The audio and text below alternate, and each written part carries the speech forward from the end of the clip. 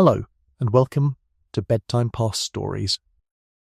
Tonight, find a comfortable place, let the room grow quiet, and allow the day to fall slowly behind you. Before we begin, take a quiet second to subscribe if you enjoy calm bedtime history, relaxing historical documentaries, and stories made to help you fall asleep. Now, settle in, lower the lights, and let your breathing slow as we travel back to the cold, quiet Atlantic night of April 1912 aboard the most famous ocean liner in history, RMS Titanic. Tonight we are going to cross the ocean, not the ocean as it appears in storm paintings with towering waves and dark clouds tearing across the sky, but the ocean as it looked on one of its strangest and most deceptive nights. Calm, black, cold, and almost perfectly still, a night without moonlight, a night of stars, a night when the sea lay so flat that it reflected the darkness like polished glass, and moving across that sea, bright with hundreds of electric lights, warm with music, conversation, engines, dining rooms, cabins, and human expectation, was Titanic. To understand the final hours of Titanic, we must begin before the disaster. We must begin with the ship as a world, a floating town of steel, wood, glass, brass, linen, coal, food, luggage, machinery, hope, class, routine, ambition, and ordinary human life. Because Titanic was not only a tragedy. Before it became a symbol, it was a place where people were living.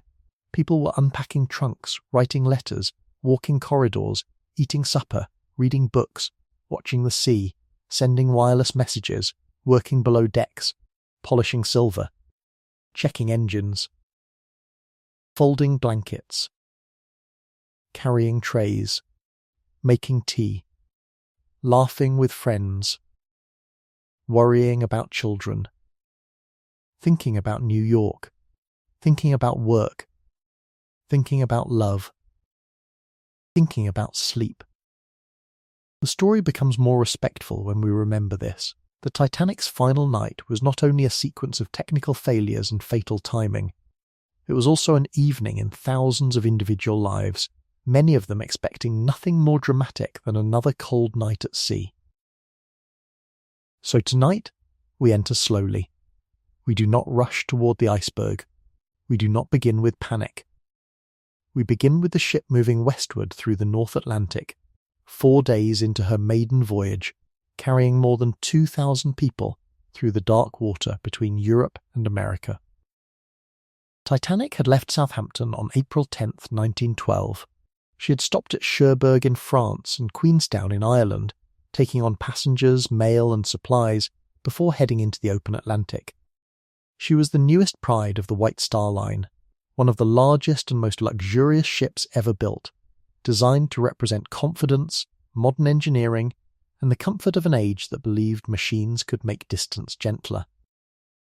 The ship was enormous for her time, over 800 feet long, built of steel, divided into watertight compartments, driven by great engines deep within the hull, fed by coal shoveled by men working in heat and darkness far below the elegant decks.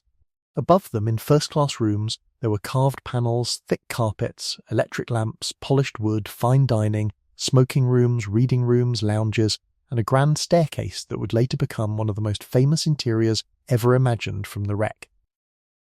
Below and around all of this were second-class cabins, third-class spaces, crew quarters, storage rooms, kitchens, pantries, machinery spaces, mail rooms, baggage holds, corridors, stairways, and hidden routes known mostly to those who worked there. Titanic was not a single experience. It was many ships in one. For a wealthy first-class passenger, it could feel like a grand hotel crossing the sea. There were spacious cabins, decorated public rooms, refined meals, conversation, servants, and promenades.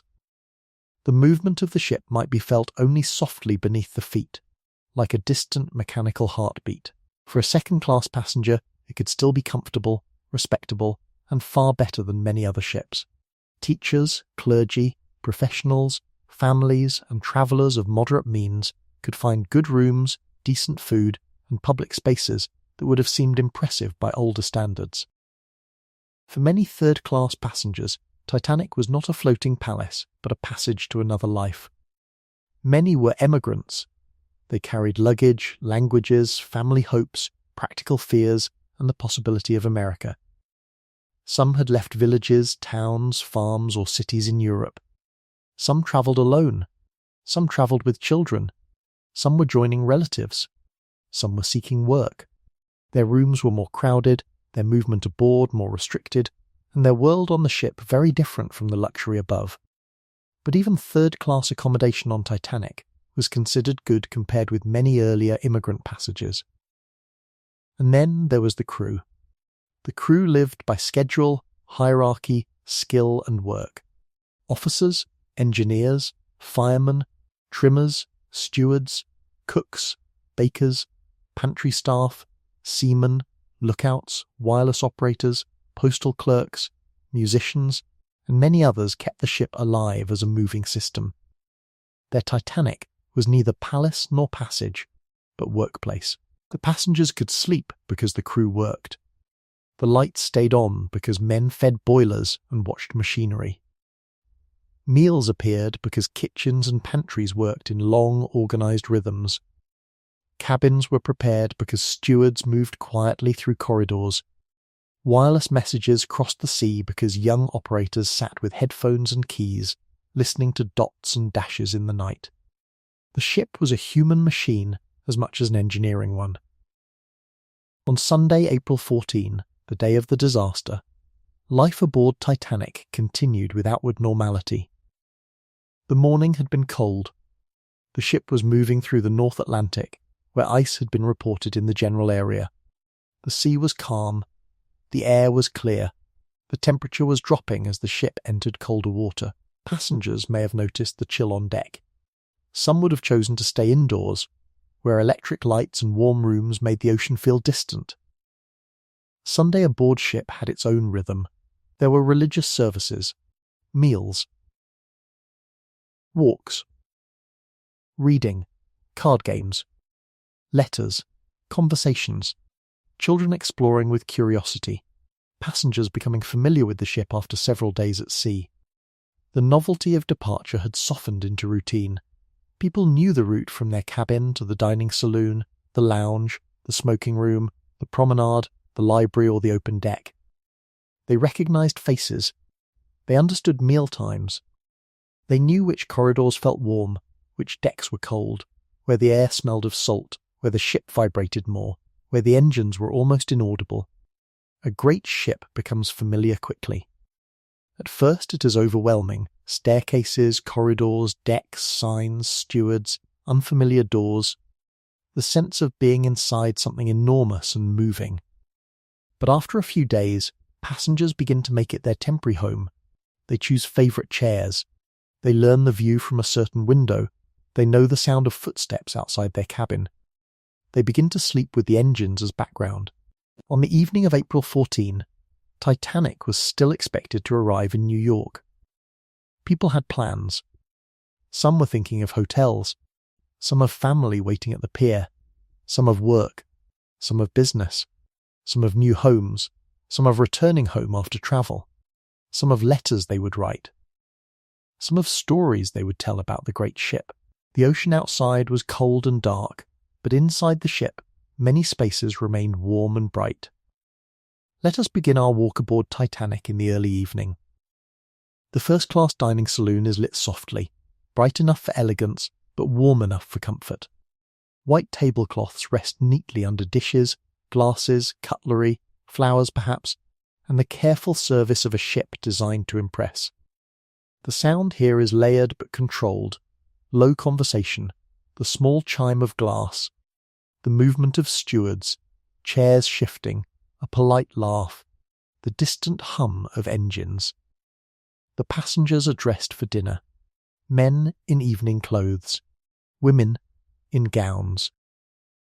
Jewellery catching light, napkins folded, menus read, names recognised. Some of the wealthiest and most famous passengers in the world are aboard, but in a bedtime history we do not need to turn them into spectacle. They are people at dinner, warmed by the ship, surrounded by wood, light and expectation. Outside, the Atlantic is growing colder. Inside, soup may be served. A fish course, meat, Dessert. Coffee. Conversation. A person may comment on the calmness of the sea. Another may speak of New York. Another may discuss business, travel, weather, family, or the remarkable comfort of the ship. Some may have taken the ship's size and safety for granted. Others may have admired it consciously, comparing it with previous crossings. Titanic represented a promise that the ocean could be made manageable. Not conquered entirely, but softened. Crossing the Atlantic had once meant danger, discomfort, uncertainty, and long exposure to wind, sea, and chance. By 1912, steamships had made the crossing more regular, faster, and more comfortable, especially for those who could afford it. Titanic was part of that modern confidence. Steel engines, wireless telegraphy, electric lights, watertight compartments, disciplined crews, regular schedules, all of these suggested control. But the sea remained the sea.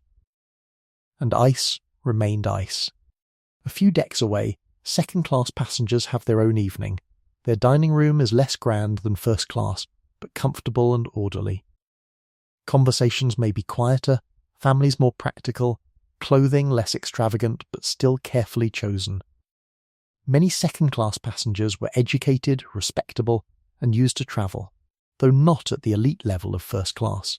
Their experience aboard Titanic could still feel impressive. They too hear the engines. They too feel the steady movement westward. They too trust the ship. Further below and aft, third-class passengers occupy a different world. Their spaces are simpler, more crowded, and separated by the ship's design and the social rules of the time. Yet there is life here, warmth, conversation, languages mixing, children moving between adults, music perhaps, prayers, food, and the practical energy of people travelling toward uncertain futures. Some third-class passengers are young and excited, some are tired, some are anxious about immigration inspection, some think of relatives already in America, some have left almost everything familiar behind. Their Titanic is not a luxury hotel, but it is still a vessel of hope.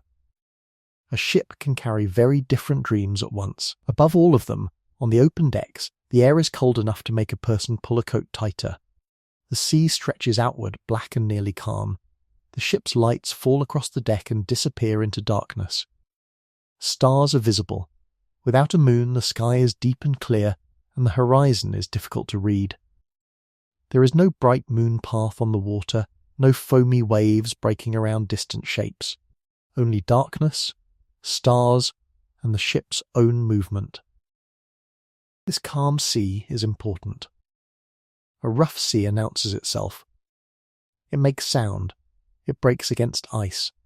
It creates white water at the base of an iceberg, making the ice easier to see from a distance. But on Titanic's final night, the sea was famously calm. A flat sea can be beautiful, but it can also hide danger. Without waves breaking at the base of ice, a lookout may have less warning. The night was clear, the sea was calm, the temperature was falling, and ice warnings had been received.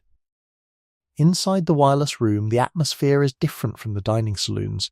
It is smaller, more technical, more focused. The wireless operators, Jack Phillips and Harold Bride, were not employees of the White Star Line directly in the way many aboard were. They worked for the Marconi Company. Their role was to send and receive messages by wireless telegraphy. Some messages were official ship communications. Many were private passenger messages, paid telegrams sent across the sea. The wireless room was a modern miracle in miniature, a room where signals travelled through the dark, dots and dashes moving invisibly over the ocean, ships speaking to other ships, passengers speaking toward land, weather, ice, personal notes, business messages, greetings and warnings passing through the air. On April 14, Titanic received several ice warnings from other ships. These warnings indicated ice in or near the ship's path. Some messages reached the bridge, some were noted, some may not have received the attention we might now imagine they deserved. The wireless operators were busy, especially because earlier equipment trouble had created a backlog of passenger messages. The system was modern, but it depended on human attention, priorities, workload, and communication. History often turns on systems that seem strong until they meet pressure. The wireless was strong but busy.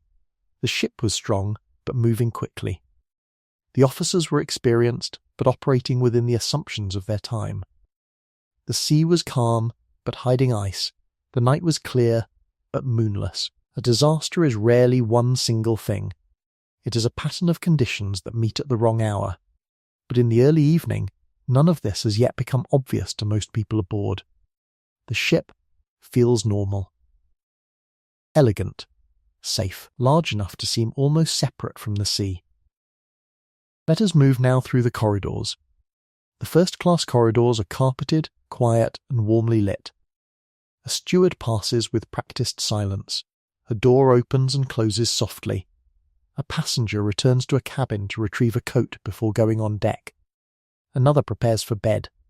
A room may contain trunks, personal items, books, letters, clothing carefully arranged, perhaps flowers, a shawl over a chair, a hat on a stand, a wash basin, and the small signs of temporary residence. Every cabin is a private story. A person has unpacked. A person has written home. A person has placed a photograph somewhere safe. A person has folded clothing for arrival. A person has left a book face down beside a bed. These details matter because they remind us that the ship was full of ordinary unfinished lives. In second class, similar scenes unfold in simpler form. People read, write, talk, prepare for sleep, or walk in public rooms. Some attend religious gatherings. Some enjoy the novelty of the ship. Some may feel the cold and return indoors quickly. In third class, evening may include music and conversation. Many emigrant passengers brought strong community energy to the voyage. People who did not share a language might still share a tune, a deck, a meal, a joke, or the nervous excitement of crossing. Children, as children do, adapted to the ship as a strange temporary world. Adults watched them, worried over them, or let them play within limits. The ship's class divisions mattered deeply. They shaped space, movement, safety, information, and experience. The tragedy later revealed those divisions in painful ways. But in this first part, we simply observe that Titanic was not one equal world. It was a floating hierarchy, beautifully arranged in some places, practical in others, cramped in others, and powered by workers far below. Deep in the ship, the boiler rooms and engine spaces are a world of heat, coal, noise, and labour. While passengers dine and talk, firemen and trimmers work in conditions utterly different from the upper decks. Coal is moved, shovelled, fed into furnaces. Steam powers the engines. The great machinery turns. The ship's motion depends on men whose faces and clothes become dark with coal dust, whose labour is hard, repetitive, and exhausting. This is another reason to tell the story slowly. It allows us to see the whole ship. Not only the grand staircase, not only the officers on the bridge, not only the iceberg, but the hidden labour below. The Titanic's beauty rested on heat, coal, sweat, and machinery. The electric light in a first-class room existed because men worked in hot darkness. The steady speed across the cold Atlantic existed because the engines were fed hour after hour. A great liner was an organised body. The bridge was the mind. The wireless room was the voice. The engines were the heart. The boiler rooms were the lungs and fire. The corridors were arteries. The passengers were thoughts, dreams, and stories moving within it. And outside all of this was the dark water. On the bridge, officers maintained watch. The ship followed its course. Orders, observations, routines, and reports structured the night. The officers were trained men in a professional maritime culture. They understood navigation, weather, speed, and discipline. They also lived within the norms of their era, when large liners often maintained speed through areas where ice had been reported, trusting clear visibility, experienced lookouts, and rapid response. It is easy, from the future, to look back with harsh certainty. But history is more useful when it asks how people understood risk before they knew the ending. On the evening of April 14, the officers did not believe they were steering calmly toward an unavoidable disaster. They believed they were managing a crossing under known but not unprecedented conditions. Ice was a hazard, but not an automatic command to stop. The ocean was clear. The weather was good. The ship was powerful. The voyage was nearly halfway through. Confidence was not madness. It was part of the system. That is what makes the story so haunting. The night did not look like a warning. It looked calm. Perhaps too calm. In the crow's nest, the lookouts would later become central to the story. High above the forward deck, exposed to the cold, they watched the darkness ahead. The air was sharp. Their task was simple in description and difficult in practice. Look forward, see hazards, report them. On a clear moonless night, staring into blackness over a flat black sea, this was demanding work. The ship's forward motion brought the unknown toward them. The horizon was not a bright line. The sea gave few clues. Ice could appear as a darker shape, a pale edge, a shadow, a sudden absence against the stars. The lookouts watched. The ship moved. Inside, many people slept or prepared to sleep. This contrast between watchfulness and rest belongs to every night at sea. Some sleep because others watch. Some dine because others steer. Some dream because others keep engines running. A ship is trust organized into metal and human routine.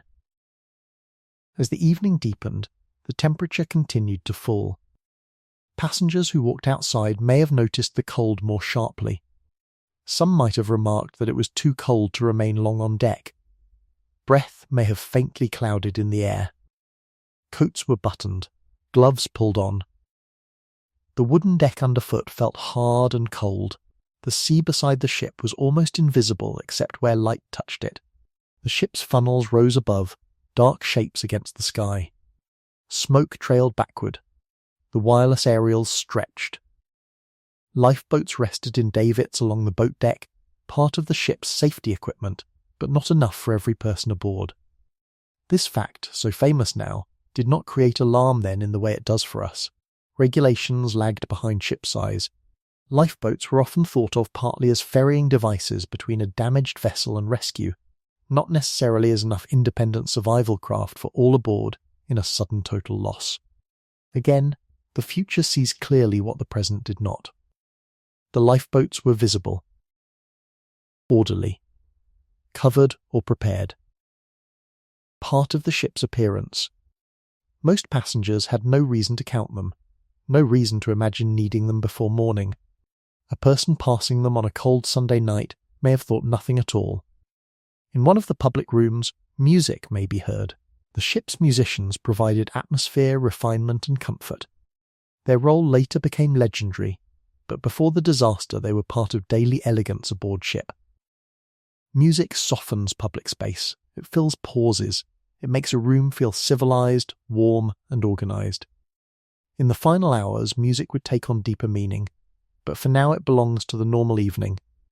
A tune in a lounge, a conversation nearby, a glass lifted, a chair shifted, the ocean outside. The human need to make beauty even while moving through darkness. By late evening, passengers begin to separate into different rhythms. Some remain awake in smoking rooms, lounges or social spaces. Some go to cabins, some write letters, some read, some sleep. Some third-class passengers continue socializing. Crew members change watches. Stewards finish tasks. The ship continues at high speed through the cold night. The engines maintain their pulse. The wake trails behind in the darkness. The wireless room continues its work. A message from the nearby ship Californian, warning of ice, would become famous because of how it was received. The Californian had stopped for the night amid ice. Its wireless operator attempted to communicate with Titanic, but the message was interrupted sharply by Titanic's busy operator, who was working passenger traffic with Cape Race. This moment has often been retold as a key missed warning. Like many historical moments, it is both important and part of a larger chain. A tired operator, heavy workload, communication culture, informal procedure, and the ordinary pressure of work all mattered. We should not turn people into simple villains. The tragedy is more complex and more human when we see tiredness, assumptions, systems, and timing. The wireless room glowed with modern possibility, but it was still run by young men under pressure. The bridge received ice warnings, but navigational culture had its norms. The ship had lifeboats, but not enough. The lookouts watched, but the night made ice hard to see. The sea was calm, but calm hid danger. Everything was almost ordinary. That word, almost, is central to Titanic. Almost safe. Almost enough time. Almost enough boats.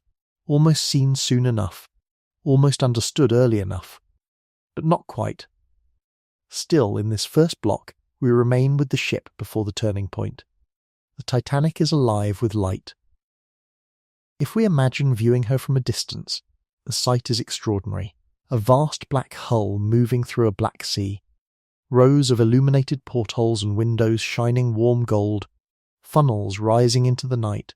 Smoke drifting. Mast lights glowing. And the stars above. The sea around her is dark and smooth. The ship seems stable, confident, almost serene. From inside, the world feels even more stable. A bed turned down. A corridor lit. A steward nearby. A meal finished, a clock marking time, the engine steady, the great ship moving. Sleep comes easier when the world seems ordered. Many passengers were already asleep by the time danger approached. This is one of the gentlest and saddest facts. They were not watching history unfold. They were resting in cabins, trusting the ship and the night, as people do when they travel. Some may have been rocked by the subtle vibration. Some may have heard faint footsteps. Some may have felt the cold through the walls. Some may have dreamed of arrival. We can imagine a child asleep in a bunk. A father reading quietly. A mother folding clothing for morning. A young emigrant thinking of America. A businessman reviewing papers. A steward checking a corridor. A fireman wiping coal dust from his face. An officer looking into the dark, all aboard the same ship, all moving through the same night, all unaware of how little time remained before everything changed. At around 11:40 p.m, Titanic would meet the iceberg, but before that moment, there was still a final span of ordinary time. A few more minutes of steady engines, a few more minutes of music and conversation, a few more minutes of sleep. A few more minutes of cold starlight on the decks. A few more minutes in which the ship was still simply a ship. That is where we leave this first part for now. In the quiet before the collision, with the Atlantic calm and dark, the lights of Titanic glowing warmly against the night, and the hidden ice field waiting somewhere ahead. The final hours have begun, but most people aboard do not know it yet. The sea is smooth. The stars are bright. The air is cold.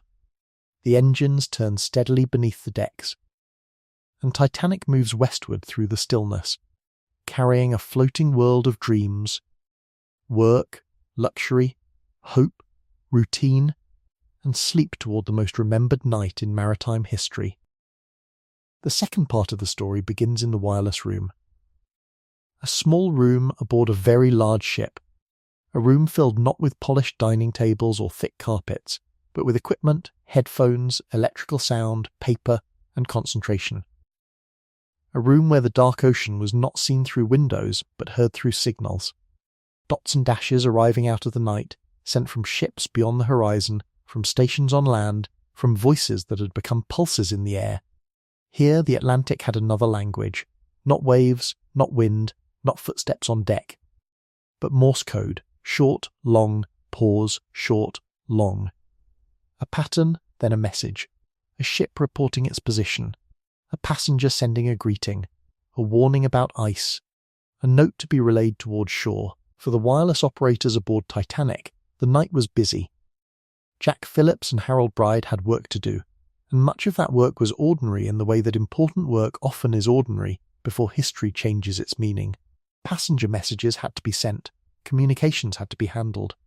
The equipment had recently needed repair, and a backlog had built up.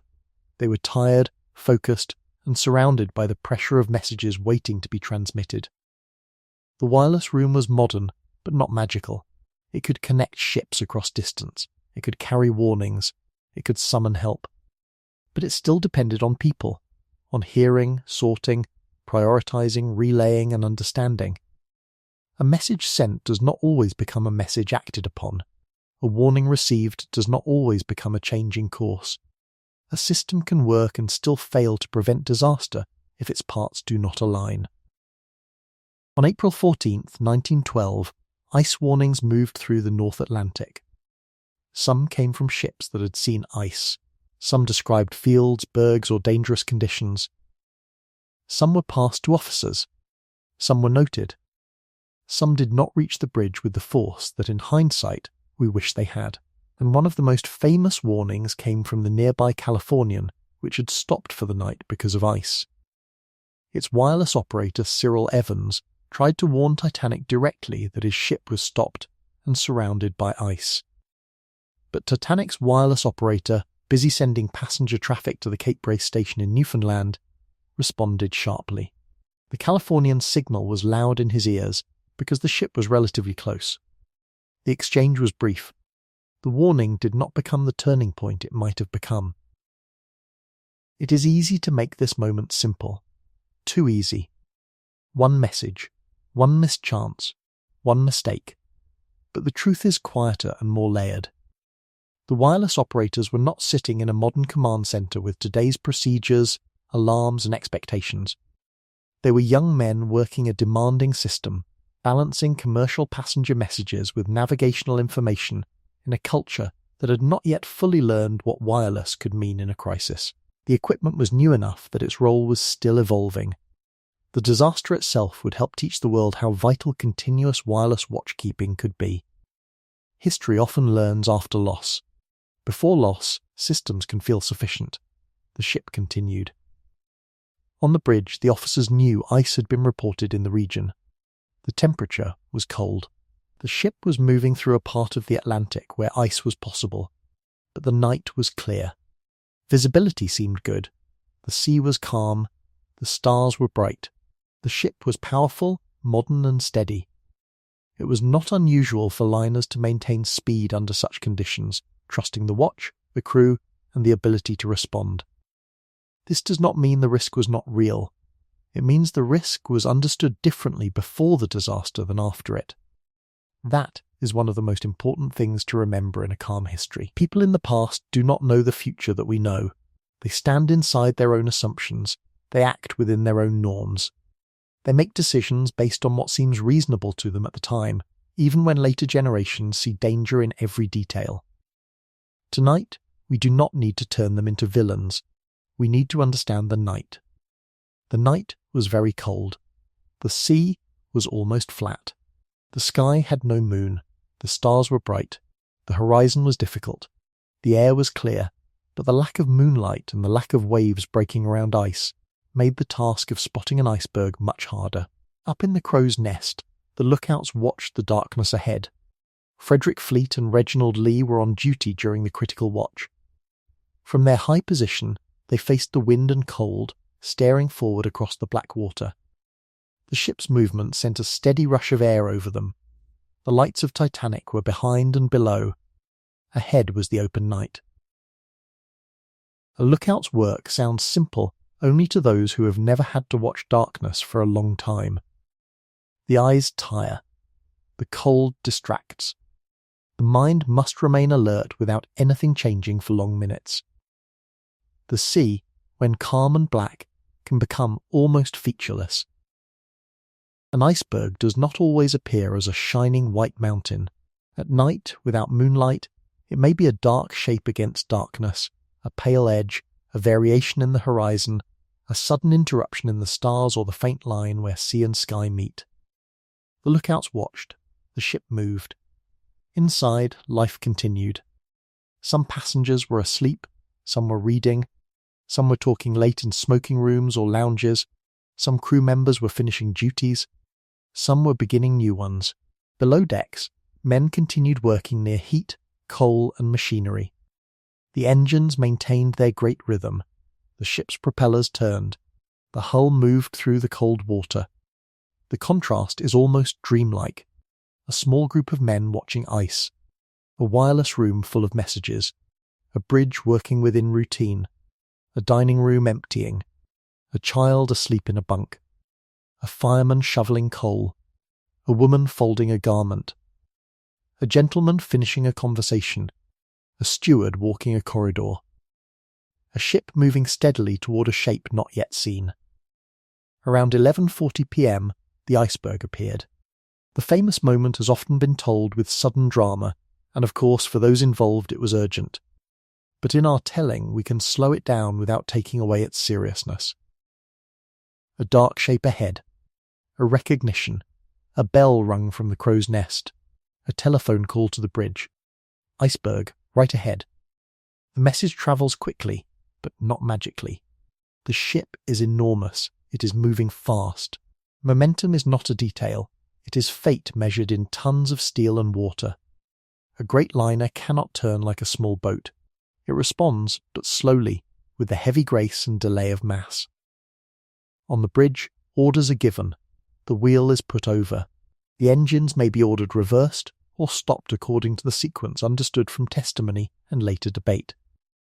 The exact technical details have been examined for generations, and historians have discussed the timing, commands and effects. But the essential thing is clear. Titanic attempted to avoid the iceberg. The bow began to swing. Not enough.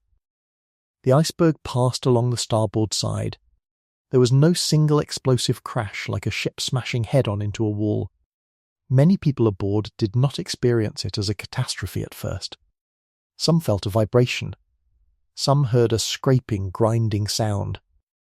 Some felt a faint shudder, as if the ship had run over a rough surface.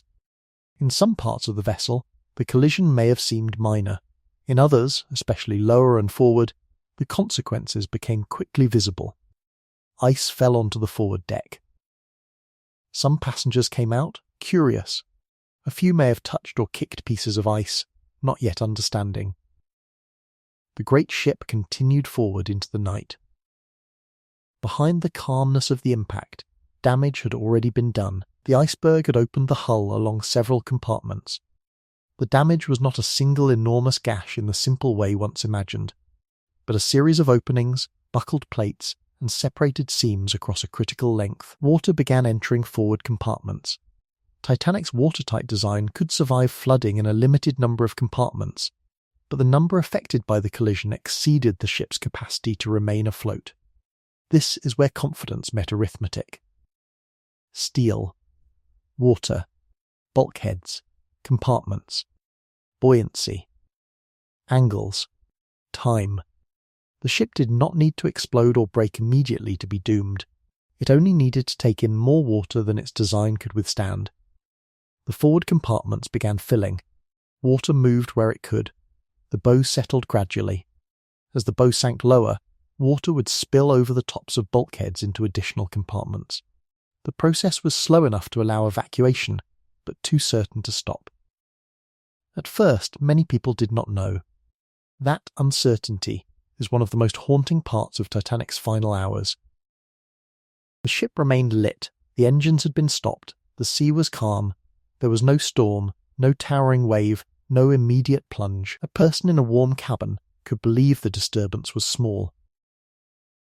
A person in an upper public room might hear rumours before facts. A person on deck might see officers and crew moving with urgency, but not yet understand why. The ship's size itself made disbelief easier.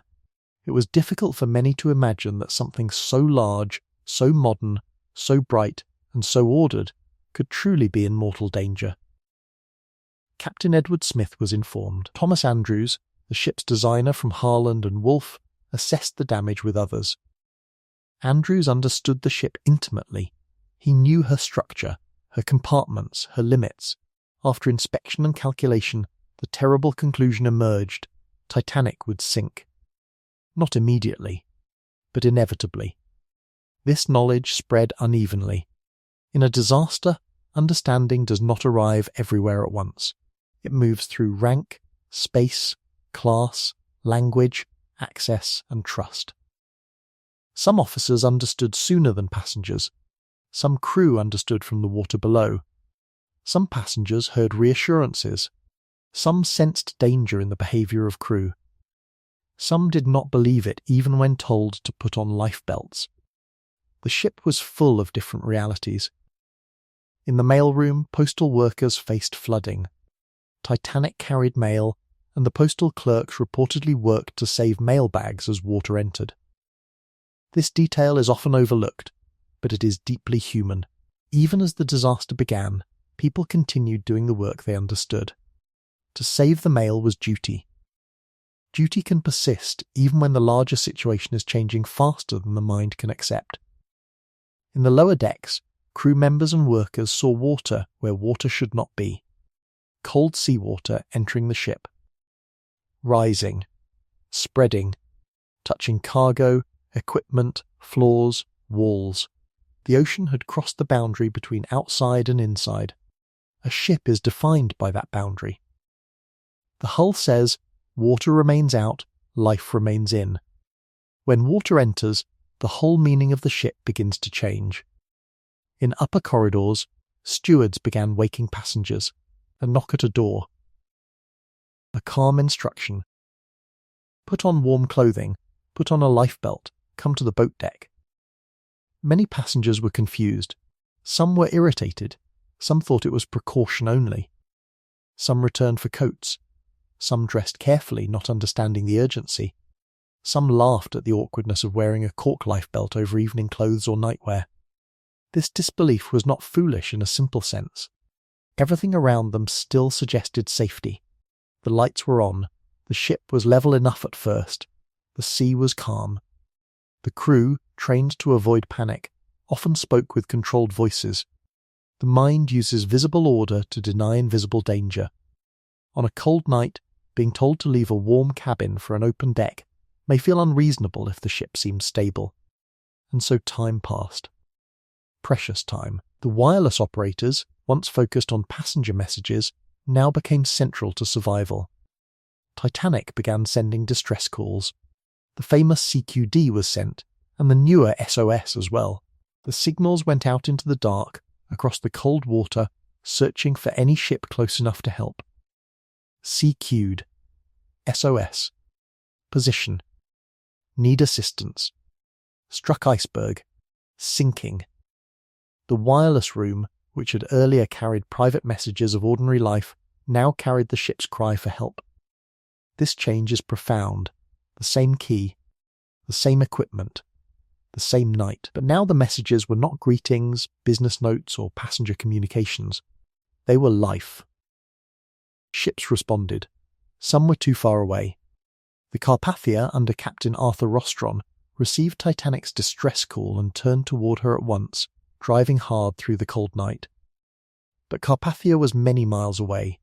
Even with all possible speed, she could not arrive before Titanic sank. Help was coming, but not soon enough. That phrase sits quietly in the story. Help was coming, but not soon enough. Meanwhile, the ship's crew prepared the lifeboats. This process, too, was slower and more confused than we might imagine from a distance. Lifeboat drills had not been fully carried out in the way later standards would demand. Many passengers did not understand the seriousness of the situation. Some crew members were uncertain about the boat's capacity or procedures. Some boats were launched partly filled. Orders such as women and children first were interpreted differently in different parts of the ship.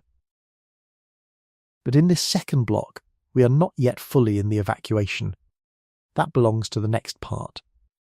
For now, we remain in the transition, from collision to comprehension. The ship is still afloat. The lights are still on. The band has not yet become the symbol it will become. The boats are being uncovered and swung out. Passengers are gathering on deck. The cold air is sharper now. The stars remain calm overhead. The sea remains flat and black. This calmness of the sea is one of the most unsettling parts of the story. In a storm, danger announces itself. In rough weather, people expect hardship. But Titanic sank on a still night. The surface of the water did not look like an enemy. It looked quiet, almost peaceful. That contrast made the disaster harder to grasp. A woman stepping onto the boat deck might see the stars. A man might see the long rows of lights. A child might feel the cold. Someone might ask if they really needed the lifebelt. Someone might be told it was only a precaution. Another might look over the side and see the dark water far below. Officers moved through instructions. Crew prepared ropes, falls, davits, covers, equipment. The boats had to be readied, loaded, lowered. This was physical work in cold air, under pressure, with people watching and asking questions. A lifeboat is simple in idea, but in the moment it becomes a system of human coordination. Who enters, who lowers, who commands, who hesitates, who obeys, who refuses, who waits. The ship's design, social structure and emergency procedures all met in these minutes. The class divisions aboard Titanic affected movement and information. First and second class passengers had easier access to boat decks. Third class passengers were farther below and separated by layout, gates, corridors, language, and unfamiliarity. The story of third class passengers is complex, and simple claims can be misleading, but the result is clear enough: class-shaped survival. A calm history should not ignore that. The ship carried inequality as surely as it carried coal. When danger came, the architecture of inequality mattered. But again, we keep the tone respectful, not accusatory in a theatrical way. We simply observe that the layout of the ship, the practices of the time, and the social order on board influenced who reached safety, who understood, and who had time. Below, water continued rising. The bow settled lower. As forward compartments filled, the angle of the ship changed gradually. Those sensitive to the ship's motion may have felt something wrong. Doors might behave differently. Floors might slope slightly. Crew below knew. Engineers and stokers faced increasingly dangerous work.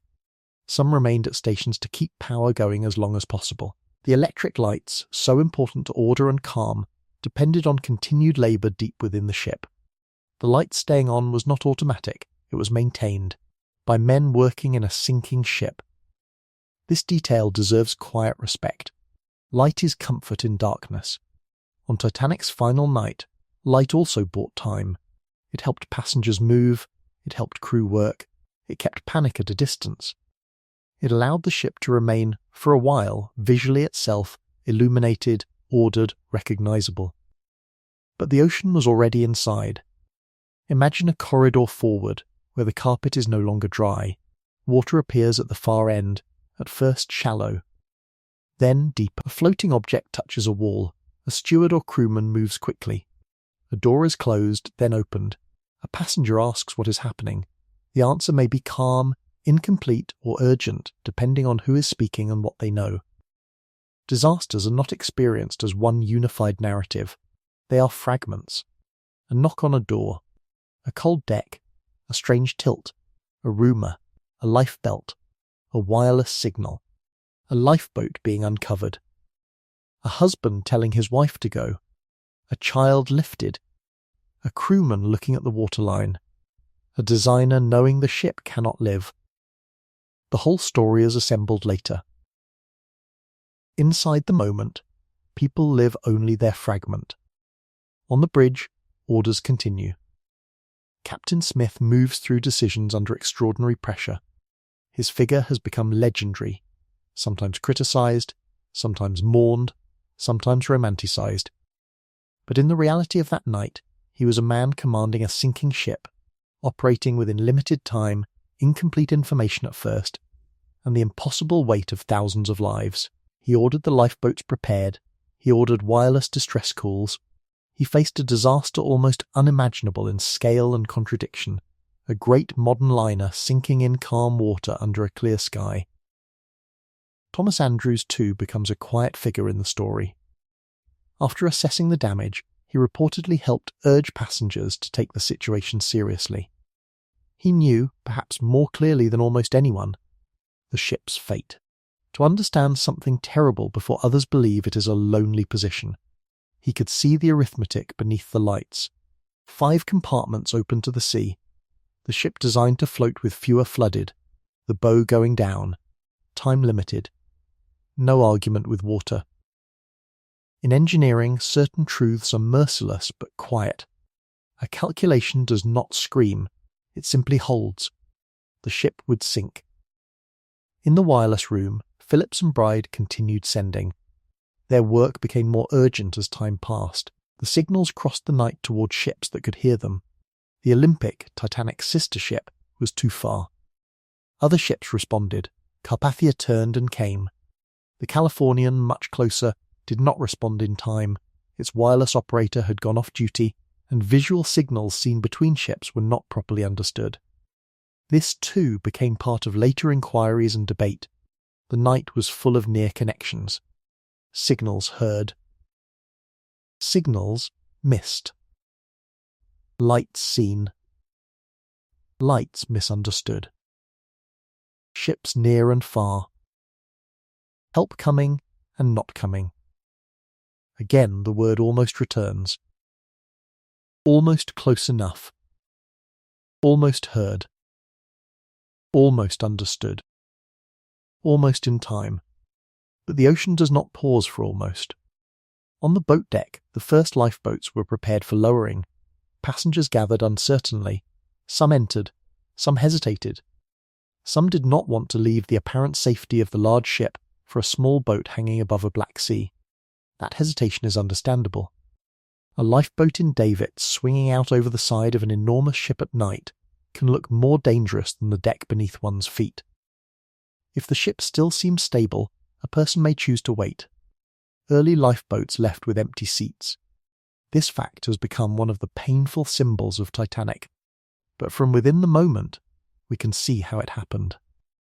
Confusion, disbelief, lack of clear drill, fear of the boats themselves, uncertainty about capacity, social behaviour, poor communication, different orders, the ship still lit, still large, still seemingly safer than the tiny craft being lowered into darkness. People do not always respond to danger by instantly making the best possible choice. They respond to what they can understand. At first, many could not understand. A rocket is fired. Then another. Distress rockets rising into the night. White lights against the stars. To those who understand maritime signals, they mean danger. To others, perhaps they look strange, beautiful, confusing, ceremonial. The ship is still brightly lit, still afloat. A passenger might watch a rocket burst and feel concern, but not yet final fear. Meaning depends on knowledge. The rockets arc upward. Flash. Fade. The sea remains dark. Somewhere in the distance, the Carpathia is coming. The temperature is bitter. The cold becomes more important as the night goes on. On deck, people are underdressed for long exposure. Some have coats, some do not. Lifebelts are awkward. The air cuts through clothing. The metal of the ship is cold. The wooden deck feels hard. Breath rises. Hands stiffen. Inside there is still warmth. This creates a cruel contrast. To survive, people must leave warmth for cold. Light for dark. A great ship for a small boat. Certainty for uncertainty. The human mind resists such exchanges. The first lifeboat lowers. Ropes creak. The boat descends along the side of the ship down toward the black water. People inside sit stiffly, perhaps still not believing they are leaving Titanic. Above them the ship's side rises like a wall of light and steel. Portholes glow. Voices travel downward. The boat touches water, or nearly does, and is released. Oars are used. The small craft moves away slowly. From the lifeboat, Titanic looks enormous, too enormous to sink. This sight must have deepened disbelief. How can a ship so large, so bright, so steady-looking, truly be dying? But the bow continues to settle. Water continues forward and downward. Time continues. In this second part, we stop before the full emotional weight of the evacuation. That belongs to the third movement. but we have crossed the essential threshold. The iceberg has been seen, the collision has happened, the ship has been inspected, the truth has begun to spread. Wireless calls have gone out. Lifeboats are being lowered. The final hours are no longer hidden inside ordinary time. The night has changed, yet it has not become loud everywhere. That is one of the strange realities. A disaster can begin quietly, with a scrape, a shudder, a message, a calculation, a knock on a cabin door, a lifebelt handed over, a boat cover removed. The Titanic's final hours were not one sudden explosion of chaos. They were a gradual awakening to impossible truth. The ship that seemed unsinkable was sinking. The ocean that seemed calm was deadly cold. The lights that seemed reassuring were temporary. The boats that seemed unnecessary were not enough.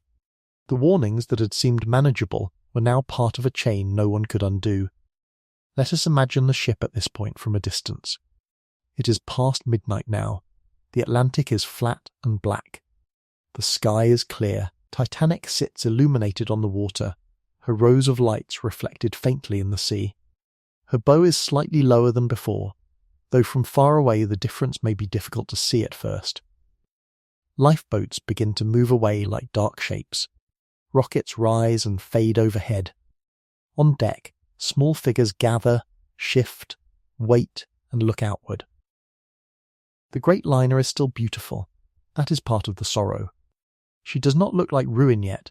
She looks like a palace of light paused in the middle of the ocean. But within her the water is rising. The ship's fate is no longer a question. Only the time remains. And so this second part closes in that suspended hour after the collision, when the Titanic is still alive with electricity, still full of voices, still standing high enough above the sea to seem permanent. While the cold Atlantic moves steadily through her lower compartment, the wireless signals continue into the night. The rockets climb and vanish. The first lifeboats drift away. The officers call for order. The crew works under pressure. The passengers begin, slowly and unevenly, to understand. And above everything, the stars remain unchanged, bright and silent over the calm water, while history turns from warning into disaster. The third part of the story begins on the boat deck. The Titanic is still lit. The sea is still calm. The stars are still bright above the North Atlantic. And yet the meaning of the night has changed completely. A little earlier, the ship had been a world of dinners, corridors, wireless messages, warm cabins, and ordinary expectations. Then came the iceberg, the scrape along the starboard side, the flooding below, the inspections, the calculations, the distress calls, and the first lifeboats being prepared under the cold sky. Now the people aboard Titanic are beginning to understand, slowly and unevenly, that the ship beneath them is not merely delayed, not merely damaged, not merely stopping for a precaution. She is sinking. But understanding does not arrive all at once. It moves through the ship like a faint light passing from room to room. Some people know clearly. Some suspect. Some are frightened but uncertain. Some still believe the ship is the safest place to remain. Some think the lifeboats are only temporary. Some think another ship will soon come alongside. Some are too tired, too cold, or too confused to grasp what is happening. This is one of the most human parts of Titanic's final hours, the gap between danger and belief. The boat deck is cold, the air is sharp and still. Without wind and waves, the night may seem almost peaceful, and that calmness makes everything stranger. The ship's lights glow warmly against the black water. Electric lamps shine across the decks. The great funnels rise overhead. Ropes, davits, lifeboat covers, officers, sailors, stewards, passengers and shadows fill the scene. There is movement everywhere, but not yet one single pattern. Crew members work to uncover and prepare the lifeboats. Some passengers are urged forward, others stand watching. Women and children are called. Families gather together with coats over nightclothes or evening dress. Lifebelts sit awkwardly over fine clothing, work clothing, shawls and blankets. Some people laugh nervously, others ask questions. Some refuse to leave husbands, fathers, sons, brothers, or friends. Some men step back. Some women hesitate at the edge of the boats. Some children are lifted in without fully understanding. A lifeboat at night does not look comforting. It is small. It hangs high above the dark water. It must be lowered down the side of a ship that still appears immense and alive. For someone standing on Titanic, the boat can seem more dangerous than the deck. The deck is steady beneath the feet. The lights are on. Officers are present. The ship is familiar, solid and large. The lifeboat is open, cold, suspended and uncertain. So some early boats leave with empty seats. This fact is painful now, because we know how urgently every seat would be needed. But inside the moment, disbelief, confusion, and fear of the lowering process all played a part. The people aboard did not yet have the complete story that history gives us afterward. They had fragments, a collision, an instruction, a lifebelt, a cold deck, a boat swinging out into darkness. History often looks obvious when told backward. It was not obvious to everyone moving through that night. The first lifeboats descend. Ropes creak through blocks. Crew members give instructions. Passengers sit stiffly, holding blankets, children, bags, or nothing at all. The boat drops lower, past the bright windows of the ship, down the enormous black side toward the water. From above, the people in the boat look small. From inside the boat, the ship looks impossibly large. When the lifeboat reaches the sea, the black water touches it gently. There are no high waves. The oars are taken up. The boat moves away, slowly, awkwardly, uncertainly. Those aboard look back at Titanic, still glowing with thousands of lights. The ship's reflection trembles faintly on the calm surface. It is difficult to believe she will vanish. On the boat deck, the loading continues. The orders vary in different places. On one side of the ship, officers may interpret women and children first strictly. On another side, men may enter if no women or children are waiting. Confusion grows because there are many lifeboats, many groups, many languages, many class divisions, and not enough time. Some passengers do not know where to go. Some crew members do not know how many people a boat can safely hold. Some fear the davits will not support full weight. Some passengers remain below too long. The ship's social geography matters now more than ever. First-class passengers are close to the boat deck and often receive information sooner. Second-class passengers have access, though still through particular routes. Third-class passengers, many of them immigrants, are farther from the boats, divided by corridors, stairways, gates, language, unfamiliar layout, and social practice. Some third-class passengers find their way to the deck. Others are delayed, confused, or blocked by the physical complexity of the ship. The story is not simple, and not every rumour about locked gates is accurate in the dramatic way often imagined, but the result is clear: class-shaped movement, information, and survival. A ship is a structure of steel, but it is also a structure of society. When the emergency comes, both structures are tested. Below, water continues to rise in the forward compartments. The bow settles deeper. The slope of the deck becomes more noticeable with time. The ship is still grand, still lit, still partly orderly, but gravity and water are quietly rewriting every level. Doors no longer open with the same ease. Loose objects shift. People feel the incline. The forward decks draw closer to the sea. In the wireless room, Jack Phillips and Harold Bride continue sending distress calls. Their work becomes increasingly urgent. CQ'd. SOS. Position. Sinking. Need immediate assistance. The messages fly into the dark, seeking ships that can help. The Carpathia is racing toward Titanic, but she is too far to arrive in time. Other ships receive messages but cannot reach the scene quickly enough. The Californian, closer, remains tragically out of contact in the way that later investigations would examine closely. Wireless signals continue. Lifeboats lower. Rockets rise. The night remains still. White distress rockets climb above the ship and burst against the stars. To those aboard, they may feel like signals warnings, or strange fireworks. To distant observers, if seen without understanding, they may not communicate urgency clearly enough. A rocket is a message only if the receiver knows how to read it and believes what it means. Again, Titanic's story is filled with almosts. Almost seen, almost heard, almost understood, almost enough. The band is playing. This detail has become one of the most famous and most emotional parts of the Titanic story. The musicians, led by Wallace Hartley, played as the evacuation continued. Exact details of what they played and when have been debated, and memory shaped the story after the disaster.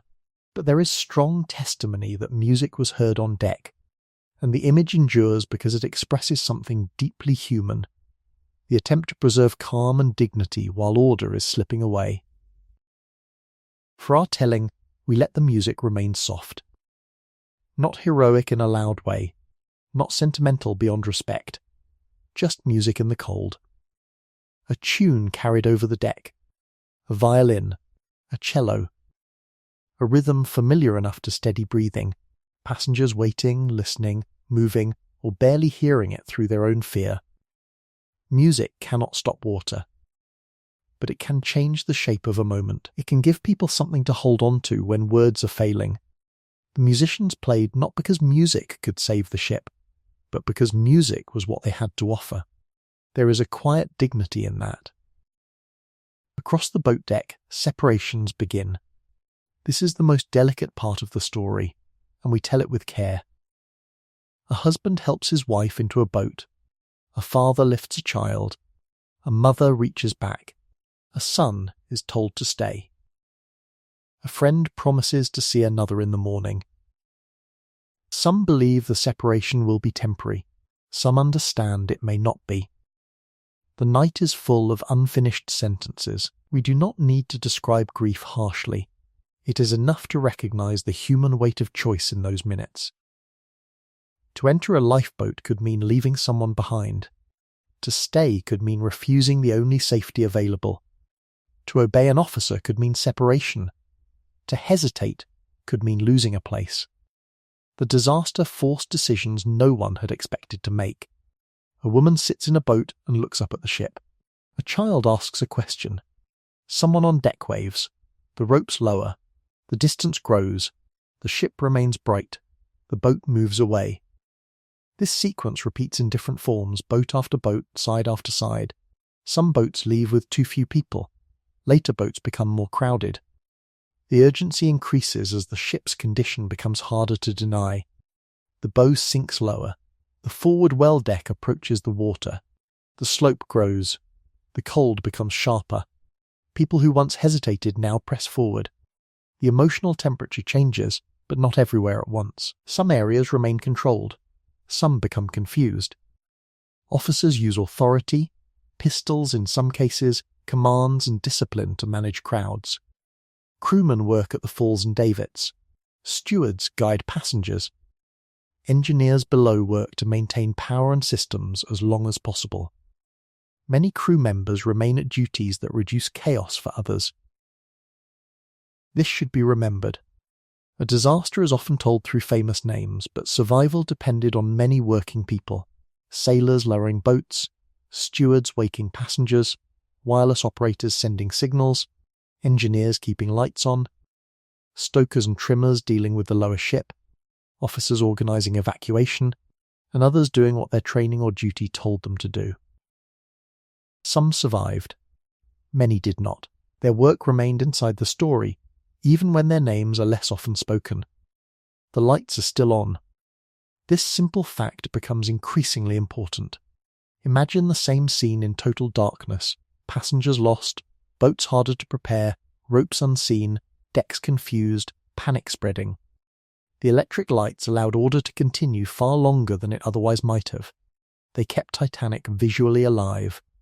They gave people the impression of control, but they also made real control possible.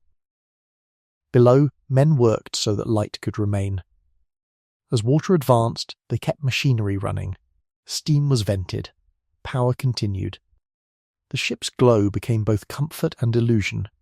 The band plays, the lights shine, the rockets rise, The boats lower, the sea waits. In some lifeboats, once away from the ship, people begin rowing or drifting. They hear sounds from Titanic, but distance changes everything. Voices become blended, music becomes faint. The ship's size dominates the view. The stars are overhead, and the water is black around the little boats. The cold enters bodies quickly. People huddle together, some are silent, some pray, some look back, some cannot look away. The lifeboats are small islands of survival. Inside them are fragments of the ship's human world, first-class ladies, third-class mothers, children, crewmen, strangers sitting knee to knee, people who do not share a language, people who left family behind, people who still believe rescue will come soon, people who cannot understand how the night became this. The boats drift outward, not too close, because of fear of suction or danger when the ship goes down. Not too far emotionally, because every eye is drawn back. Titanic remains the centre of the night. On deck, the last boats are being loaded. Collapsible boats are prepared. Some are difficult to launch. Time is shortening.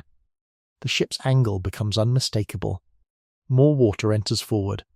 People move aft as the bow goes down. The grand spaces inside the ship begin to change. Corridors tilt. Furniture shifts. Water reaches places that had been warm and dry not long before. The grand staircase, once lit and elegant, is no longer simply an interior. It is part of a sinking structure. The dining saloons, smoking rooms, cabins, and passages are no longer separate from the sea. The boundary has failed. The ocean is moving through a world built to keep it out. It is a strange thought. The same water that looked so calm outside is now inside the ship, climbing silently through rooms of human design. Steel does not make the sea disappear. Luxury does not make cold less cold. Confidence does not make a ship unsinkable. The night is teaching this with terrible patience. At the stern, some passengers and crew gather as the bow lowers.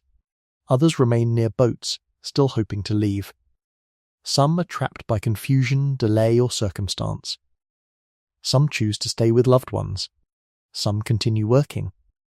Some pray. Some stand quietly. In accounts of disasters, there are always stories of fear, but also stories of calm, kindness, courage, denial, duty, and ordinary confusion. Human beings do not respond in only one way. A calm history should make room for that variety. Not everyone is heroic. Not everyone is panicked. Not everyone understands. Not everyone has the same choices. People become themselves under pressure, but also more than themselves, and sometimes less. They act from love, training, fear, habit, class, duty, hope, and shock. Titanic's final hours contained all of these. The ship's band continues in memory, even as the exact final tune is uncertain. Some remembered hymns. Some remembered popular music. The famous association with "Nearer My God to Thee" became part of the legend, though historians discuss the evidence. What matters for our story is the presence of music as the ship's night deepened. Music over cold water. Music under stars. Music while boats moved away. Music while the ship tilted. There are few images more haunting and few more human. A violin does not argue with disaster. It simply gives sound to the time that remains. As more boats leave, the imbalance of survival becomes clearer. There are not enough boats for all aboard. The old maritime regulations had not kept pace with the scale of ships like Titanic. The lifeboat capacity was legal under the rules of the time, but tragically inadequate. After the disaster, this would change. But on this night, the shortage is not a policy question. It is a reality on the deck. People look at boats already gone, at boats being lowered, at the water below, at the ship beneath them, at officers deciding who may enter, at family members, at the sky. Some must wait, some must step away, some must choose. This is why the Titanic story remains so powerful. It is not only about a ship striking ice. It is about systems, assumptions, technology, class, courage, failure, and the unbearable intimacy of final decisions. yet we keep our tone low. Respectful. No shouting in the narration, no shock. Only the slow unfolding of the night. The Carpathia is still coming. Captain Rostron drives his ship northward through danger, preparing for rescue. Crew aboard Carpathia ready blankets, hot drinks, medical help, ladders, ropes, and spaces for survivors. But distance is distance. The sea between ships cannot be wished away. In the lifeboats, people do not yet see rescue. They see Titanic. The great ship's bow is deeper now. The stern rises. The angle grows. Some lights still burn. The funnels stand against the stars. Steam and noise may come from parts of the ship. The final boats are gone or being struggled with. The decks become steeper. People move higher and aft. Inside the ship, loose items slide. Water climbs stairways and passages. The forward part is disappearing into the sea. The aft part lifts, making the ship look distorted, no longer the graceful liner that left Southampton. The floating palace becomes a wounded structure of steel under impossible stress. In the lifeboats, people watch. The distance is both protection and helplessness. They can see the ship, but they cannot save those still aboard. They can hear, perhaps, sounds across the water. They can feel the cold. They can wait. Waiting in a lifeboat is its own kind of ordeal. The boat rocks gently in the calm sea. Oars move. People huddle. Some are in shock. Some comfort others. Some ask where loved ones are. Some look for other boats. Some watch the rockets stop. Some listen for the band. Some listen for the ship. The ocean around them is vast and black. A lifeboat is a small wooden fact against a great dark. The night continues to be clear. Stars do not dim because humans suffer beneath them. The indifference of the sky can feel cruel, but it can also make the scene strangely quiet in memory. Above the sinking ship, the universe remains calm. Below it, human order is breaking apart. The contrast is unbearable and beautiful in the way tragic history sometimes is. Not beautiful because of the loss. Beautiful because of the solemnity, the light, the courage, the stillness, the fragile efforts of people trying to preserve life and dignity in the face of the sea. On deck, the last minutes before the final plunge approach. But we will not rush there yet. Let us pause in this suspended interval, lifeboats scattered around the ship, the Titanic still illuminated, her bow low, her stern rising, her people divided between boats and decks, her wireless operators near the end of their work, her engineers keeping power alive, her musicians remembered in the cold. This is the hour when history becomes memory even before it is finished. People in boats are already forming the stories they will tell, though they do not know it yet. A sight. A sound. A hand waving. A phrase spoken. A light going out. A boat lowering. A person left behind. A starry sky. Memory chooses fragments under stress. Later, survivors would remember different details, sometimes contradicting one another, sometimes shaped by shock, distance, darkness, and grief. Historians would compare testimony, technical evidence, official inquiries, and physical evidence from the wreck, but no reconstruction can fully become the experience itself. The night belonged to thousands of fragments. We honour it by not pretending it was simple. The class differences, the lifeboat shortage, the wireless signals, the officers' choices, the crew's work, the passengers' disbelief, the calm sea, the cold water, the music, the lights, the delay of help, all of these belong to the truth, and beneath them all is the simplest truth. A ship full of people was sinking far from land. The third part of the story is the human part. Not because the other parts lack humanity, but because here the ship's fate becomes personal. The collision was physical. The flooding was mechanical. The calculations were structural. But the lifeboats were human, who entered, who waited, who helped, who was separated, who rowed, who watched. These were human moments.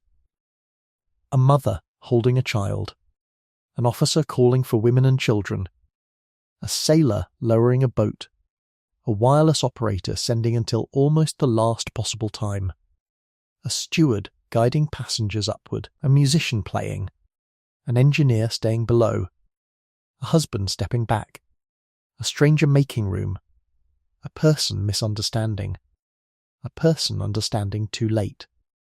These are not details to exploit, they are details to remember gently. As the ship tilts more steeply, the night's earlier elegance recedes. The grand rooms, polished wood, dining saloons, smoking rooms, libraries and corridors are no longer the main image. The main image becomes the deck under stars, the cold, the boats, the lights and the water rising. Still, parts of the ship remain strangely orderly until very late. That is one reason the Titanic story has such a dreamlike quality. Disaster and order exist together. Lamps burn while the ship sinks. Music plays while boats lower. Officers issue commands under stars. People wait in lines or clusters while time runs out. The surface of civilization remains visible even as the physical foundation fails beneath it. This is not unique to Titanic, but Titanic made it unforgettable. The great modern world, confident and illuminated, meeting the ancient cold sea. A final rocket fades. The wireless grows weaker or stops as power and time fail. The last boats are gone or lost in confusion. The stern rises higher. The people in lifeboats watch the ship's lights. Some survivors later describe the lights going out near the end. A ship that had been a floating city of light becomes suddenly dark, or darker, in the memory of those watching. The loss of light is more than visual. It is symbolic. It means the system has failed. The warm world inside the ship has yielded to the cold world outside. But that final moment belongs to the last block. For now we end with the Titanic still visible, still present, still holding the last fragile line between life aboard and the sea below. The lifeboats drift in the cold. The people inside them wait. The ship's stern rises under the stars. The musicians, in memory, play their final music. The officers and crew continue as long as they can. The passengers still aboard face the last part of the night. And all around them, the Atlantic remains calm, black and vast, holding the reflections of the ship's lights as they tremble softly on the water. The final hour is nearly here. The boats are away. The ship is wounded beyond saving, and the world of Titanic, bright and human and impossibly fragile, is preparing to pass from lived experience into history. The fourth part of the story begins in the final hour. The lifeboats have moved away from the ship, some close enough to see her clearly, some farther off in the dark water. Their oars rest and dip, making small sounds against the calm sea. People sit close together against the cold. Blankets, coats, shawls, life belts, and trembling hands fill the boats. Many faces turn back toward Titanic. The ship is still there, still lit, still immense, still recognizable as the great liner that had left Southampton only days before. But now her bow is far lower in the water, and her stern rises gradually into the night. What had once been a balanced shape moving confidently across the Atlantic has become uneven, strained and fragile. Her lights still shine in rows, but those lights no longer mean safety. They are becoming the final glow of a world about to disappear. The people in the boats watch and wait. Waiting is one of the hardest parts of this story. There is nothing they can do to stop what is happening. They cannot row back to the ship without risking their own boats and the people inside them. They cannot pull everyone from the decks. They cannot make Carpathia arrive sooner. They can only sit in the cold, look back, listen, and hope that somehow the ship will remain afloat long enough for help to come. But the water continues its work. Slowly, steadily, without anger, without hurry. The Atlantic does not need drama, it only needs time. Inside Titanic, the forward part of the ship has taken in too much water. The bow sinks deeper, The angle becomes steeper. Passengers and crew still aboard move aft, toward the higher part of the ship, toward any space that remains above the sea. The decks are no longer level. Walking becomes difficult. Objects slide. Doors strain. The great ship's inner order, so carefully designed, begins to fail under the simple force of gravity and flooding. The lights remain for a little longer. This is important. The electric lights are among the last signs of Titanic as a human world. They show corridors, decks, faces, ropes, railings, and the ship's vast shape against the dark. They help those aboard see where to move. They help those in the lifeboats see the ship they have left behind. They make the disaster visible. And somewhere below, men have worked to keep that power alive as long as they could. The engineers, electricians, firemen, trimmers, and others who remained at their posts have a quiet place in this story.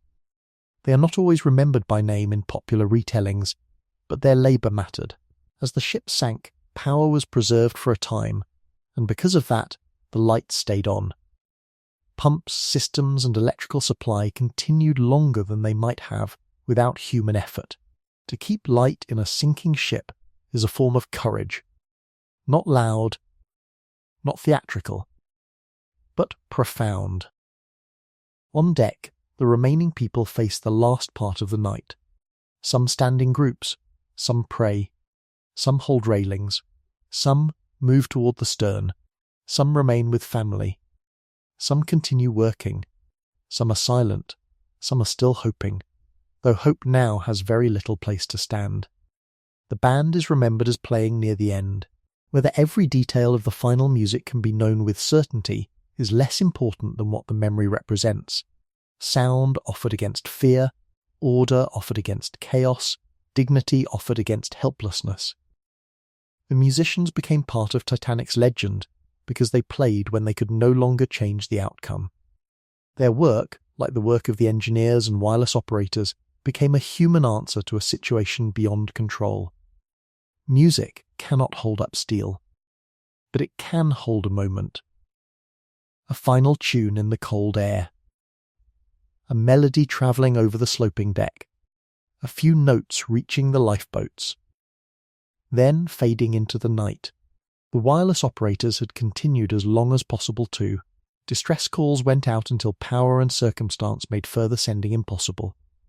The key that had earlier carried passenger greetings now carried urgent signals into the dark, Titanic sinking, need assistance, position given, come at once. The Carpathia had answered, and was coming hard through the night, but distance remained. The ship nearest in hope was still too far in time. This is one of the cruelest geometries in history. A ship in need, a ship coming, a black sea between them, enough willingness, not enough time. As Titanic's angle increases, her stern rises higher. The structural stresses become immense. The ship was not built to hang half-supported in such a position. Bow submerged, stern lifted. Steel is strong, but not infinite. Rivets, plates, decks, bulkheads, and internal structures all face forces beyond normal design. In later decades, with the wreck discovered and studied, the final breakup of Titanic would be better understood, though details have been debated and refined. For those watching that night, there was no technical explanation, only the sight, the stern rising, the lights glowing, the sound of strain, the vast shape changing against the stars, a great ship becoming unstable. At some point the lights went out. Imagine that moment from a lifeboat. For hours, or what felt like hours, Titanic had been a lit world in the dark ocean. Even as she sank, she remained visible because of her lights. Then, suddenly or in stages depending on memory and position, the brightness failed. Windows went dark. Decks vanished into shadow. The ship was no longer a palace of light. It was a black shape under stars. The loss of light would have changed everything. Darkness makes distance harder to judge.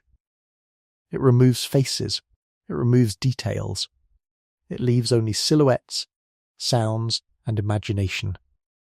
The ship, once full of rooms and corridors and visible humanity, becomes a shadow.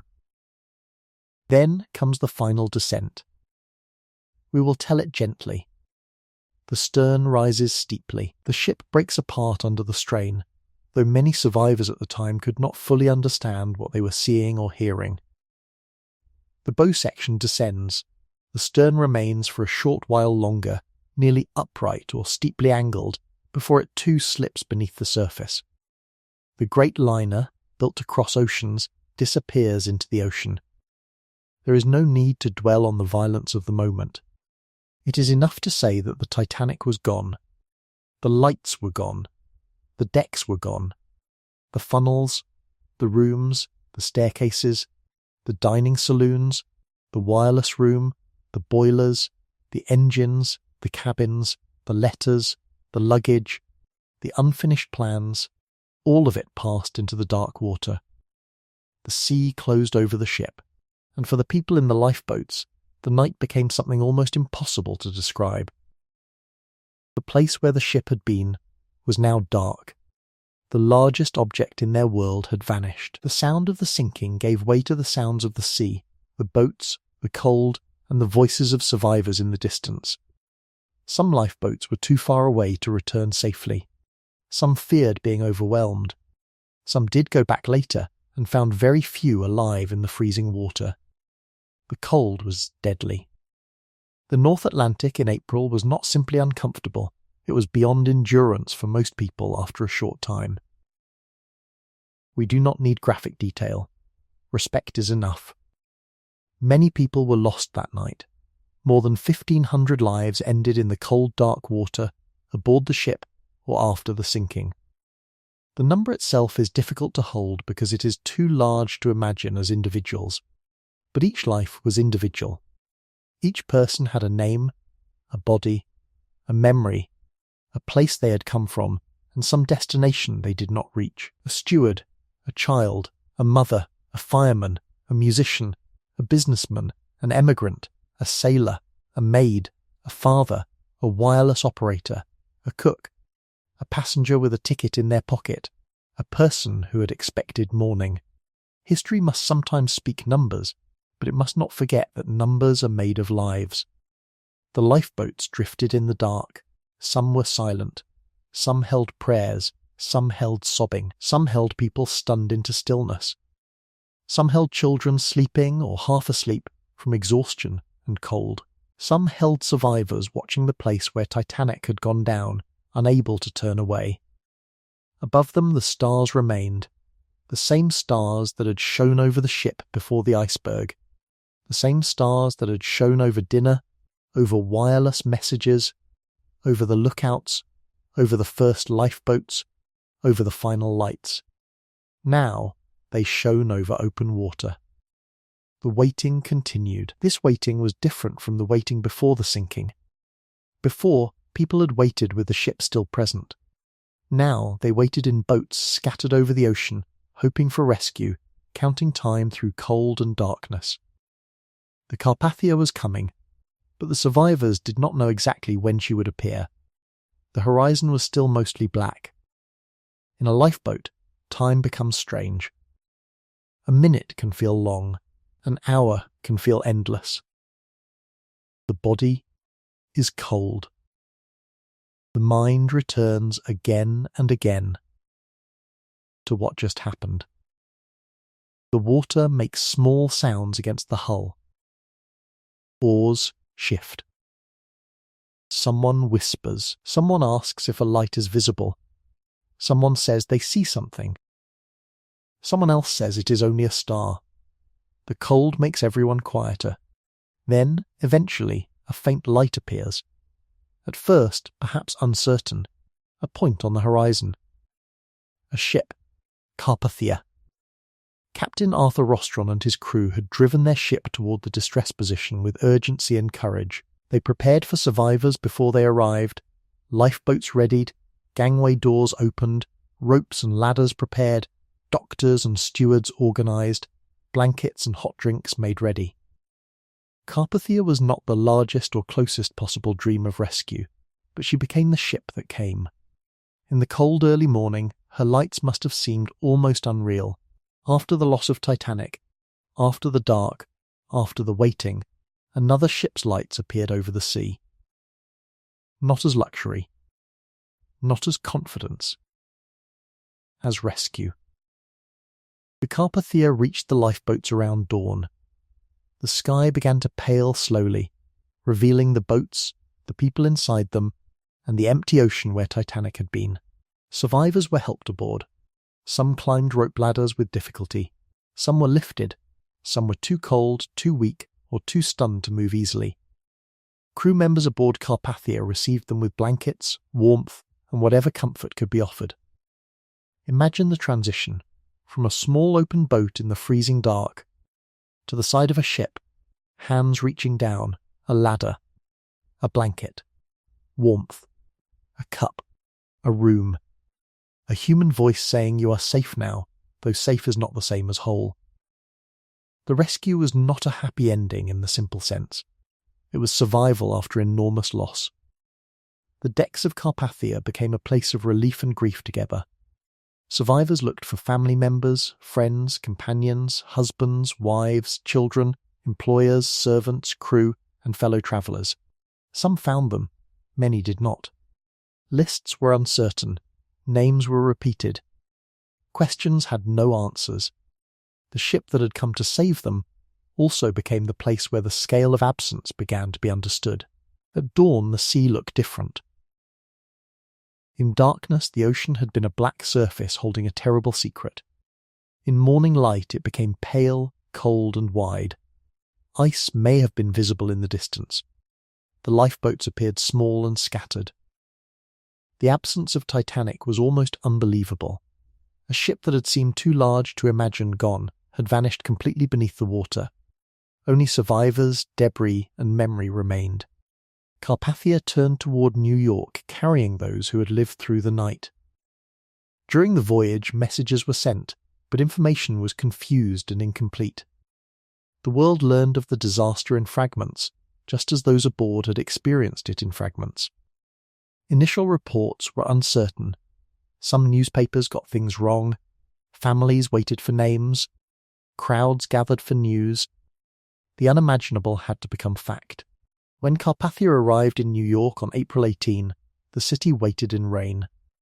This detail feels almost too fitting. A cold, wet arrival after a cold, dark night. The ship first delivered Titanic's lifeboats to the White Star Line pier, then brought survivors to another pier where crowds, relatives, journalists, officials and helpers waited. The scenes were full of emotion, relief, grief, confusion, searching, and the exhaustion of people whose lives had been split into before and after. The Titanic's final hours did not end when the ship sank. They continued in the lifeboats. They continued on Carpathia, they continued in New York, they continued in inquiries, funerals, memorials and laws. They continued in the memories of survivors for the rest of their lives. Soon investigations began. British and American inquiries examined what had happened.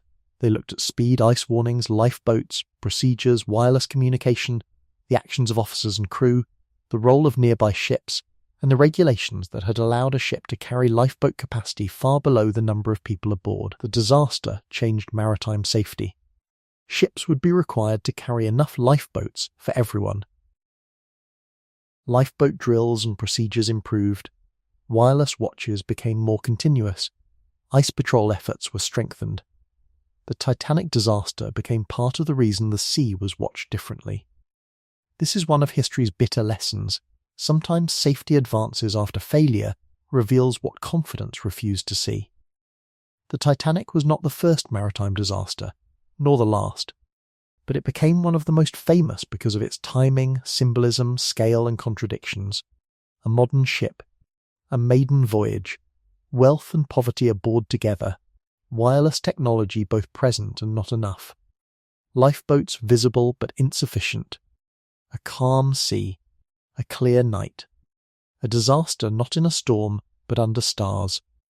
The story endures because it feels like a warning about human certainty. The ship was not called unsinkable in the exact simple way legend sometimes claims before the disaster, but she was widely associated with safety, size, and modern engineering confidence. After she sank, the word unsinkable became inseparable from the story because it captured the shock. The greatest machines of an age still belonged to the natural world. Steel still met ice, plans still met chance, systems still depended on human judgment.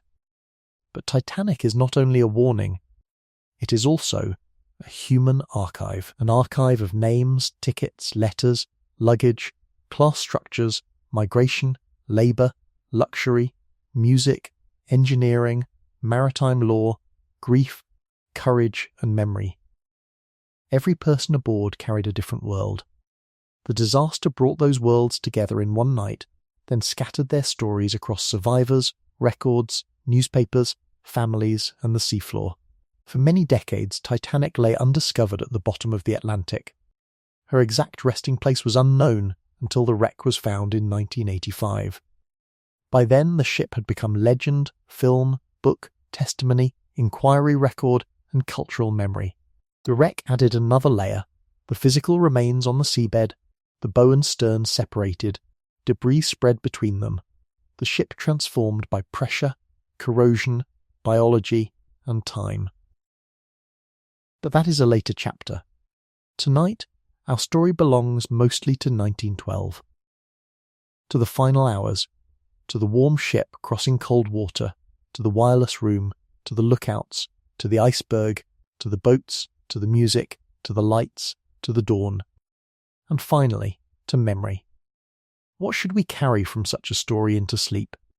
Not fear, not shock, not the spectacle of disaster. Something quiet, a sense of respect for the people who lived those hours, a sense of humility before nature, technology and time, a sense of how fragile human certainty can be, a sense that ordinary moments matter because no one knows when they will become final.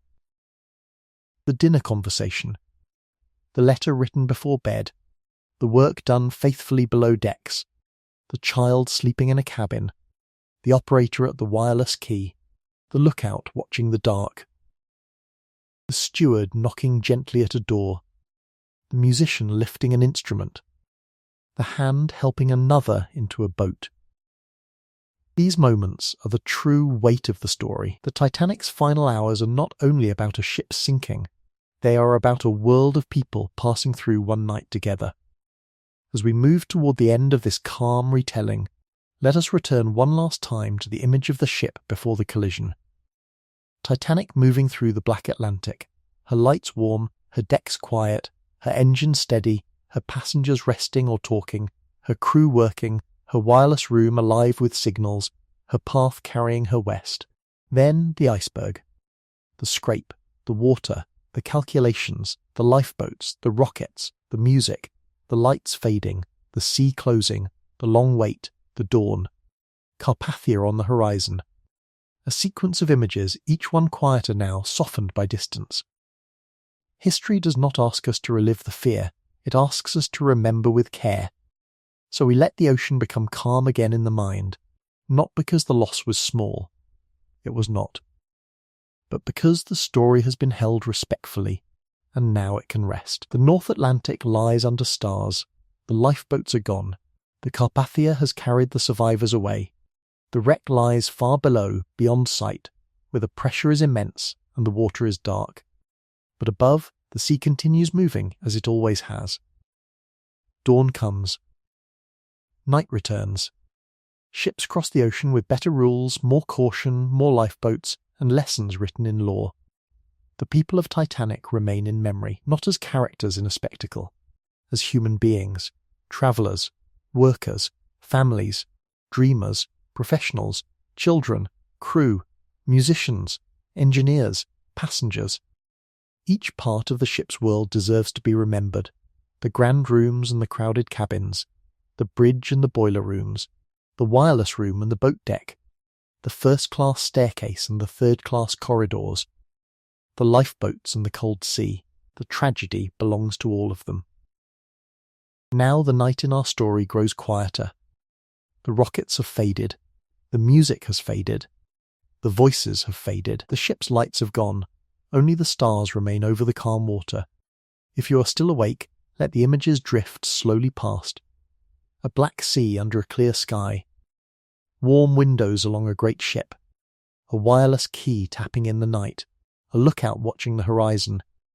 A pale iceberg appearing ahead. A lifeboat touching the water. A distant ship coming at dawn. A name remembered across more than a century. Titanic. The word itself has become heavy with meaning, but tonight we let it become gentle again. A name carried softly, a story told slowly, a memory held with care. The ocean is quiet now, the cold has become distance. The lights are only reflections in history. And as the final image fades, imagine the first pale light of morning spreading over the North Atlantic, touching the surface of the water, softening the dark, and carrying the survivors toward a world forever changed by the night behind them. Let the sea settle. Let the stars fade. Let the story rest, and let the memory of Titanic remain, not as fear, but as a quiet light in the long passage of history.